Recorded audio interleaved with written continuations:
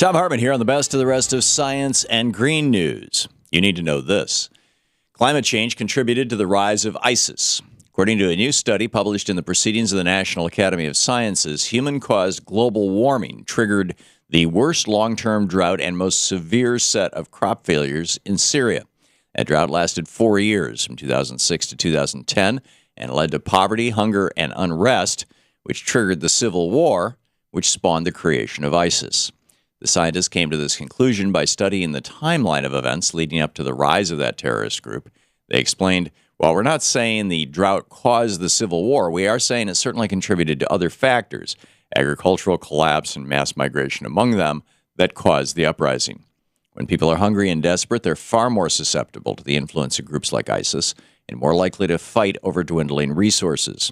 In an interview with Slate, retired Navy Rear Admiral David Titley, who is also a meteorologist, said that this study lays out a pretty convincing climate fingerprint for the drought in Syria. He added, you can draw a very credible connection to this disaster we call ISIS right now. And you don't need to be an expert to understand that as temperatures continue to rise, droughts like this are expected to become the norm, which means more unrest and more extremism in the future. For more than a century, humans have pumped carbon dioxide into the atmosphere, and only now are we realizing the true extent of our destruction. Global warming will mean more storms and droughts and extreme weather, and those events have real consequences. Perhaps the best way to combat groups like ISIS is to reduce the likelihood of the extreme weather that helps them rise to power in the first place. To limit the likelihood of extremism, it's time for the world to go green. Packaged snack foods may be responsible for inflammatory disease. According to a recent study from Georgia State University, emulsifiers in our food might be damaging our intestinal lining and exposing us to our gut bacteria, which can cause inflammation. The authors of the study have not yet confirmed the effects on humans, but have demonstrated a perfect correlation between food additives and inflammatory disease in mice. The scientists fed mice 2 common emulsifiers, which are detergent-like compounds used to make food creamier, and studied the side effects over a 12-week period. In both wild-type mice and mice that were genetically susceptible to inflammatory disease, researchers noticed higher levels of intestinal inflammation. Although the scientists don't know exactly how it happens, they found that these emulsifiers damaged the intestinal lining of the mice and allowed more bacteria to enter the digestive system. If this same effect is present in humans, it could be responsible for various inflammatory diseases like irritable bowel disease and others. These findings may be preliminary, but they should make us think twice about processed food that we might be consuming. After last month's Dressgate story, most of us don't want to hear about the color blue, but there is some interesting history behind that color.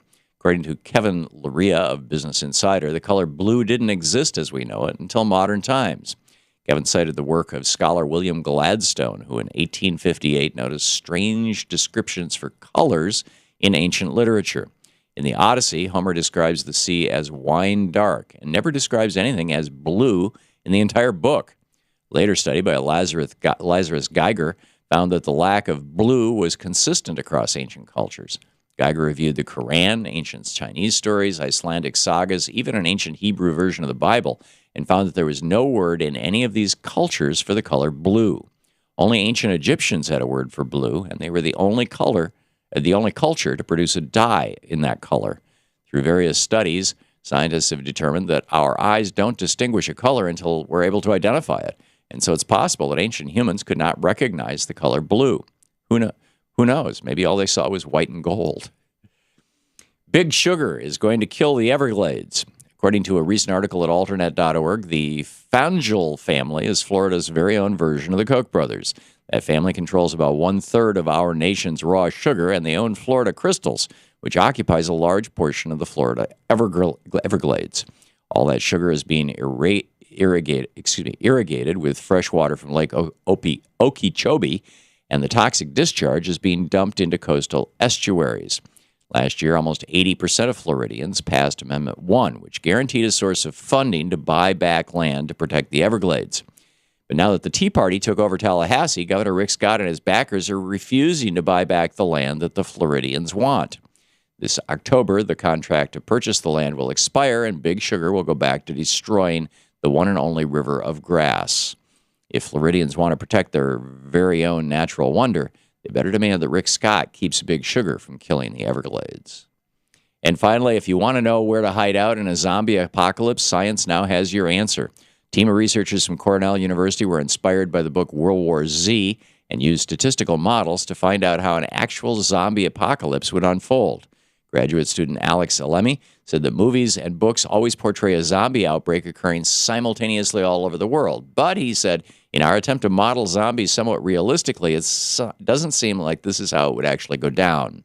According to their findings, if you want to survive The Walking Dead, you should probably head for the Rockies. Scientists said that in areas with fewer people, there are fewer humans to bite, so you start creating zombies at a slower rate. They suggested areas like Glacier National Park in Montana or Idaho, but said you'd be safer in Alaska. You'll have to make up your own mind about whether you'd rather live with zombies or Sarah Palin. And that's the way it is for the week of March 9th, 2015.